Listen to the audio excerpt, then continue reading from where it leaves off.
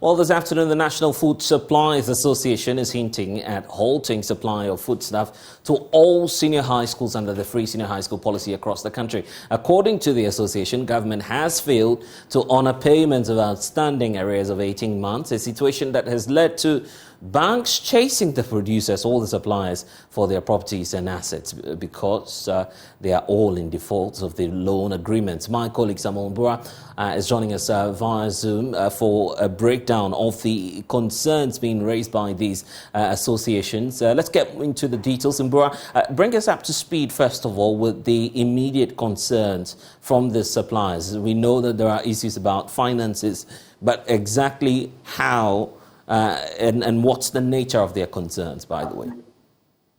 Well, Blessed, the association says its members have been given promises upon promises of plans and arrangements to settle the debt owed them by both the Ministry of Education and the Buffer Stock Company, but none of those promises have been fulfilled. According to the National Food Suppliers Association, they have lost credibility in the eyes of creditors who are now resorting to all manner of threatening and dehumanizing activities against members, all in the bid to recoup their money borrowed to them. The banks are on their necks now to take over their property and assets due to a default in the loan agreements. Now, they are therefore serving notices to the Ministry of Education and the National Food Buffer Stock Company that failure to pay them in 14 working days from now, all the arrears owed to their members, they will resort to picketing the premises of the National Food Buffer Stock Company. But you've been engaging the Chief Executive Officer of the Buffer Stock Company. We'll get into his response. But how soon are these suppliers likely to cut supplies to the schools? Have they given a timeline as to when they would act? Well, the CEO of the National Food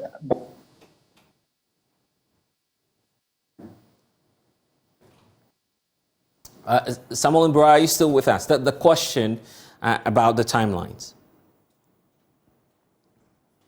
Hello there, Samuel. We'll bring you, of course, the details of the timeline as we have it from the suppliers dealing with the Buffer Stock Company. But the CEO of the Buffer Stock himself has been providing some updates as to what the concerns are and how government intends to deal with this imminent food shortage, I should say, on the various senior high school campuses. On the 4th of this month, the Honorable Minister for Education actually wrote to Ministry of Finance for the release of an outstanding claim of 275 million and 31,542 Ghana cedis 70 pesos for the payment of 2022 arrears, validated, what they have validated so far. This is less than a month. On the 4th of this month was when the minister, after this press briefing, I will give you the opportunity to have a glance of this document so that you can also make a follow-up to the Ministry of Education and Ministry of Finance, whether this letter was actually written and sent to them for the release of funds. So it cannot be the case that monies have been released for them and we have not paid them. And 3 badges that they are saying cannot accumulate to, we have never had 3 badges accumulate to 275 million. In any case, the total amount of money so far that we owe suppliers for 2022 is 200,395,718 Ghana cedis, 24 pesos. So what it means is that if the 275 million Ghana cedis is clear today, we are in a good position to clear all their money and still have a balance of 75 million Ghana cedis. So it is not true that we have received funds from the ministry. And their claim sharply contradicts the letter written by the Honorable Minister of Education to the Honorable Minister of Finance. They say they have sources and contacts at the Ministry of Education. And I'm so surprised that their contacts or their sources is not pointing out to them that there are other people that the Ministry of Education have also engaged to do the supply, not buffer stock. The Ghana Commodity Exchange, they have also registered suppliers under them to supply to the same institutions. So it is not buffer stock. We haven't gone to contract anybody to do any supply. So their source at the ministry should tell them that it is the ministry. You understand? Even though I have my reservation, because if your suppliers are coming to tell you something about a transaction between you and Ministry of Education that you are not even aware, it creates the cause to, to be alarmed. You understand? But let's put that one aside because the contract is between buffer stock and Ministry of Education. But if suppliers are, just this morning, we received information that, some suppliers said, the ministry said, they are going to release money to buffer stock. They are going to pay uniforms. When they pay uniform, they'll get some money and pay buffer stock. But why should that be the case? I'm working with you, and I have to be getting information about payment from suppliers. So I think there is some mistrust. And I have proven myself and my team, we have proven ourselves over the years. And most of them are people that those who even organize the press conference that have even come here once upon a time when there was no even when their payments were not even due, and we have money from other businesses to support them. We use those monies to support them. But like I said, I sympathize with them. I stand with them because it is a fact that we owe them. And like I said, batch 18 of 2022 supplies is what we are putting together to send to Ministry of Education. 2022 supply, batch 18, is currently here. We are finalizing on that to push it to Ministry of Education.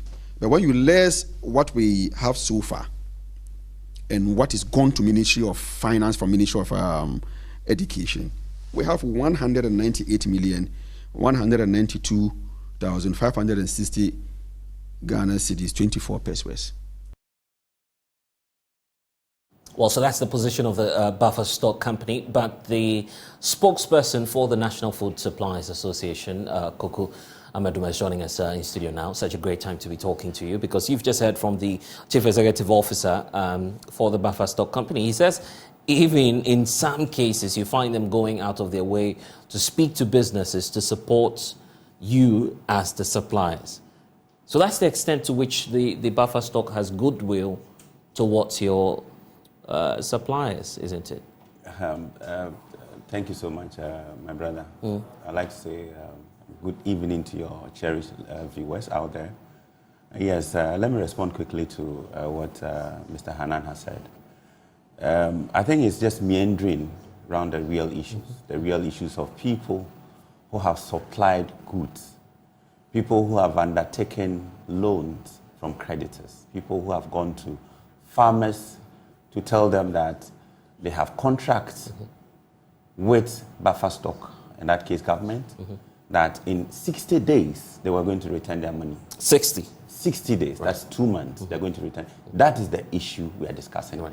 So again, he made the point that buffer stock doesn't have a contract with the suppliers. I think he has to check his facts correct.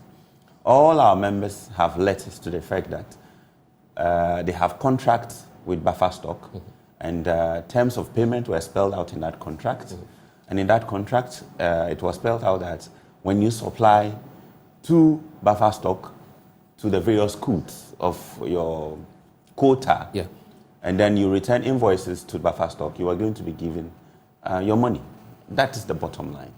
And we've been chasing buffer stock for 2 years now, almost 2 years now, for our money. My brother, the last time we supplied, those who supplied maize, was at 160 cedis for a bag. Today, as we speak, the price of maize is about 600 cedis. At the time, we supplied a carton of milk at 72 cedis. Today, a carton of milk is going for 192 cedis. At the time, beans was 500. Today, a bag of beans. You're basically telling us that you've made losses even before your funds are released. And then we expect some comforting statement coming from buffer stock. Because on several occasions we've been to buffer stock. He has never told us that he doesn't have a contract with us. He kept giving promises. In fact, the last time he said he was going to give us our money on the 10th of May. So if you didn't have contract with us, how on earth were you giving us promises? I think it is time for us to face reality. That these are women who have toiled to bring foodstuffs from the hinterland to the schools. And then these are people who have clear heart to support the government to roll out its pro-poor policy of free SHS. Right. So we expect some commendation, some sympathy from the CEO of Buffer Stock. And of course you deserve that, but the challenge here is that most of your members are aware of the reality, the fact that you're working for government, and as we often do say here in Ghana, government cannot owe you necessarily. Obviously, there's the time the government will release the funds, except that it may delay. Most of your members are experienced on that score, isn't it? Because you've dealt with the schools. You've dealt with the schools over the years. My brother, this is not delay. This is a deliberate attempt to delay. Well, how do you prove that? That's where you'll be challenged. See, when Ministry of Finance releases funds to pay the indebtedness of our suppliers to our suppliers, the funds don't come in totality, and so the buffer stock has the discretion to choose who to settle. Do you understand what I'm saying? Now, that discretion has been abused over and over again. Because they have the discretion to choose who to pay because of the multiplicity or the duplicity of the suppliers, contracts, yes. of the suppliers, that process is abused. Because if Mr. Hanan, who is, I don't know if he's watching me now, the last time we were at the meeting, he made a point that at times when even monies were released for the suppliers to be paid, those monies are channeled out to pay their own loans that they have contracted from the banks. And this is a clear case of an institution that is not working. This is a clear case of a deviation from the mandate of its own creation. You've not provided me with the evidence. The evidence is that the discretionary power is not. The evidence is that we've been to Minister of Education, and he made it point clear to us that the funds have been released. Yes, that 90% of 2022 arrears have been paid. But you have no evidence to prove what you're telling us, that it's a deliberate attempt on the part of the CEO. It is a deliberate. I'm coming. You've not provided any evidence. I'm getting there. Right. I'm getting there. Right. If the minister who is responsible for releasing funds was categorical in telling us that he has paid 2022 delivery or funding or arrears to buffer stock, and that the money left is about 10%, and that we don't have that money having been paid to us, but the minister himself is telling us that he has released the money to buffer stock, and we know buffer stock has paid some people out of our you yes. have. We have had people who were paid 5% of the total amount they were owing. I have a woman who was owing, who had who has supplied to the tune of 21 million Ghana cedis, and he was paid 500,000 Ghana cedis. That is what I'm talking about. That discretion was abused, and that explains why the 90% didn't get to us. The 90% that the Minister of Education claims he has released for us to get from buffer stock, that we did not get. My brother, this is a serious matter. Okay. It is a serious to the point that these are women who have gone all out their way to solicit for foodstuffs. And some engage in importing some of these things like beans or maize from Cote d'Ivoire to supply. And this is what they've been doing over the years to survive on their own. Now their money is being locked up for 2 years. And we are now being told that a process is being initiated, letters are being written, and then the money is going to come. This is not the time for us to be giving promises. In fact, this is not the only time we have made agitations, except that because of the clear heart we have in support of government policy, we've never come out with anything of owing with the government. We've always kept it to ourselves. But it is because of the way the institutions respond to us. We have written letters. We have written letters to Buffer Stock. We have written letters to Minister of Education. We have written letters to the Office of the President. We have had no single response from any of these institutions. We have had calls to even walk up to some of these institutions. We have had calls to go to Buffer Stock where we had CEO car park at the garage, and he will be in his office, but we'll be told he's not in the office. When you were told by the minister, and this is supposed to be the finance minister or the education minister. The education minister. When you met him and he gave you assurances that payments were released, did you see any piece of evidence backing that indeed the payments were transferred to Buffer Stock? Of course, he went through his books that he could not give us a copy. And he showed us proof that funding were released. And let me refer to you. Even in those periods, and you know why I'm asking you? Yes, I know what you're asking. Yes. Even in those periods, we had Hanan, the CEO of Buffer Stock, on radio and in TV. I don't want to mention those radio stations, categorically stating that they have paid up to date all the suppliers. It was when we went to his office attempting to picket because we did not receive those monies that they claim or he claimed he has settled, that he came back to pay us 5%, 2%, 3% each of our cost or of our indebtedness to them. How much in terms of percentage did you receive? Because you're a leading figure of the group. Yes, I received 3%. But at least that's something. That's money. But this is the money that has that government has kept over 1 year. Let's say almost 2 years.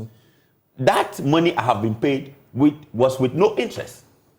I went to bank to take money in order to do a supply, with the hope that in 2 months I'll be able to get the money from Buffer Stock based on the contract I have attested to with Buffer Stock. That in 2 months I'll be paid. In 18 months I have not yet received the payment. I'm only receiving promises. Are you sure that the bank are going to give me this lineage to be able to be given these excuses? Are you sure that our members who have gone to put their properties, their assets, as a guarantee to secure loans or facilities will be able to sustain with this kind of excuses? No. What are we doing? If the government decides to give us our money now, we're not taking the money with interest. So we should approach this matter with some sense of. I see. You have 3%. Are there some of your members who have nothing at all? Yes. There are a lot of them who had nothing at all. Okay. There are a lot of them who never even knew that there was some sort of disbursement going on. In fact, there are instances that quotations were given that go and supply at this price. Then when you come back, you are just told to sign and receive your money. And when you get to the signing, your contract price is, as at the time you sign, was higher than what you are signing to take. And no explanation has ever been given for that particular cancellation of the contract price. Let me explain for you to understand. Okay. Assuming we are given a contract price of 500 to supply a quantity at a certain price. Right. At the point of receiving your money is reduced. For instance, somebody supplied milk at the price of 100 and something cedis. He was paid only 50 cedis after a long hours of holding his money or her money. How do you expect such person to sustain his business? But you in the market know about the trends and how to maneuver all of these challenges you're talking about. And that brings up the bigger picture I would want us to look at. The fact that the food supply system at the high school level is becoming very political and corrupt. You've heard that often, correct? And we are not to be blamed for it. But it's happening. Yes, it's happening. The political class, yes, those who are managing the policy are supposed to check the corruption. But we are not here to discuss corruption or free SHS. We are here to talk about our money. Whether corruption or no corruption, our money is what we need. Even though the value has depreciated, our working capital has reduced, we want our money. I was asking the question because most of you inflate the prices of these products you supply. That still remains an allegation. Not proven? Not proven. I don't remember any day I would inflate the prices of the commodity because the price is given by Buffer Stock. In fact, there's always a review process of the pricing or the selling of the pricing. So we don't determine at what price we're selling. Buffer stock has always released price lists of its commodities, and we decide to supply. In fact, you see, I'm surprised we are now seen as detractors of the policy. Or we are now seen as some people who have once upon a time been done a favor by buffer stock, according to what Hanan is saying. But Hanan is getting it wrong, because to go into the hinterland and bring foodstuffs to schools on credit, we had to pay drivers, we had to pay people who were loading the foodstuffs into the car. We did all these things on credit. And you don't want to appreciate our help to the policy of free SHS, but you are telling us that you help us source for the food that we brought to you. I have never been helped by buffer stock to source for my commodity. Okay, I see. And I don't remember any of our members who had gone to buffer stock claiming to be helped to be able to supply beans or rice to buffer stock. Okay, Koku, let's look at the next steps. School is about to resume. The expectation from the heads of these institutions is that you'd supply food to the schools. Yeah, the expectations of them rest with the management of the policy. In fact, they are expecting management of the policy to finance all these items or activities. So I don't think they are expecting we, the suppliers, to bring the food. You're basically telling us you're not doing that. With what capacity? What are we going to go into the hinterland with? We are going to go with money. If we don't have the money, we need to go with credibility. And that credibility we have lost. And we have lost credibility to the point that buffer stock itself has lost credibility. Before now, you could take buffer stock's letter to a bank, and the bank will loan you to go and supply or work with buffer stock. But today, buffer stock letterhead doesn't go to the bank. The banks don't recognize buffer stock as a credible letter or contract letter upon which they could give us contract or give us facility to work with buffer stock. That is how low we have sunk as suppliers, and that is how low buffer stock has sunk. You want school children to go hungry in schools because buffer stock is not treating you well? We haven't said that. We have helped the school children because our kids are also in school. Indeed, I have 2 kids. They are all benefiting from. They'll go hungry. Of course, they will go hungry, but compare what we, the suppliers, are going through, the sustenance of the business. If you don't have money to go back into the market to bring the stuff, and you don't have the credibility to go and take it on credit, is it our fault that the children are not getting it? It is not our fault. In fact, this free SHS or school feeding, whatever, was budgeted for in the 2022 budget. So where is the money spent? 23, you mean? 2023 budget. Yeah, right. So where has the money gone to? 1.5 years after the implementation of the budget. We want the money. Okay. You were indicating to me earlier that there stands an agreement, if not a contract, between the buffer stock and you, the suppliers. Why not take this to court? It's an option. And you're considering that? It's an option. But we are going one step after the other. For now, all the things we have done, all the walk-ins we have walked up to buffer stock's office, all the letters we have written, are all processes. We are building up a point. Now we have done a press conference. The next step is to picket. Failure to pay or to get our money will be advised by our lawyers. Okay, so you picket the buffer stock or we'll the price? Yes, of course. The where are you going? The contract with us is between us and buffer stock. So I heard my brother saying that they don't have a contract with us. It's unfortunate he's making this comment because at the time they needed the goods, they needed the foodstuffs. They appeal to our conscience because we have kids in the school. We want to support the government policy.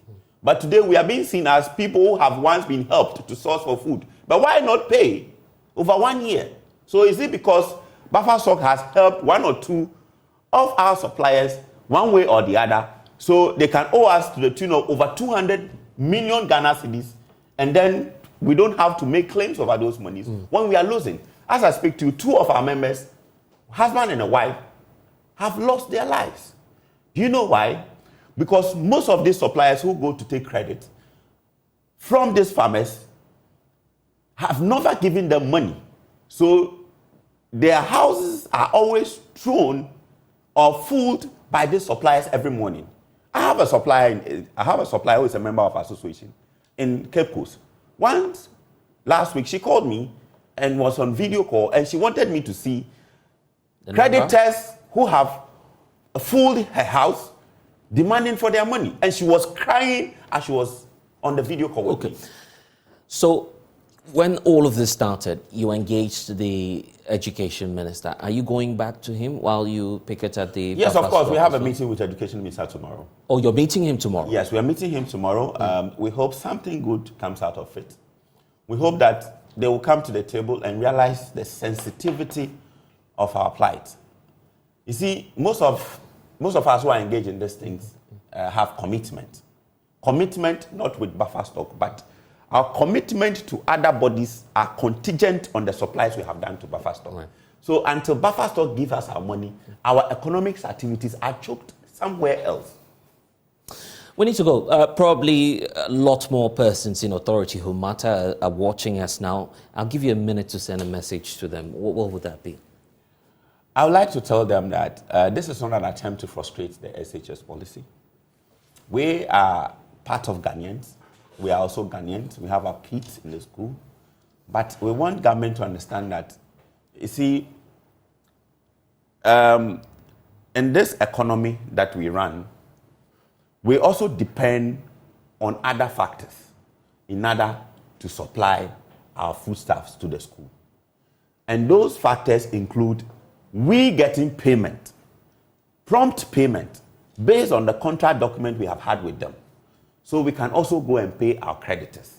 We want government to respond as quickly as possible to our problems. In fact, as we speak to you now, government is engaged in what we call in our normal supply as emergency supply. Right. And the government is not, buffer stock is not engaging us. You know why? Because we have our money with them. They are rather engaging people who are not part of our association. And those people are coming to us to take the foodstuffs to go and supply to buffer stocks. You see where our anger is coming from. We want to appeal to buffer stock. We want to appeal to the Minister of Education. We want to appeal to the President, His Excellency Nana Addo Dankwa Akufo-Addo. It is a policy that he cherishes so much. It is a policy that he goes out to pride himself of, that he has brought free SHS to the people of Ghana. Let the free SHS be a blessing to the people of Ghana. Don't let free SHS rather collapse the businesses of we the suppliers to the disadvantage of the sustainability of the free SHS policy. Thank you. We wish you well. We'll wait to see what the outcome of that meeting with the education minister will be tomorrow. Kokwame Dume, thank you for spending some time with us.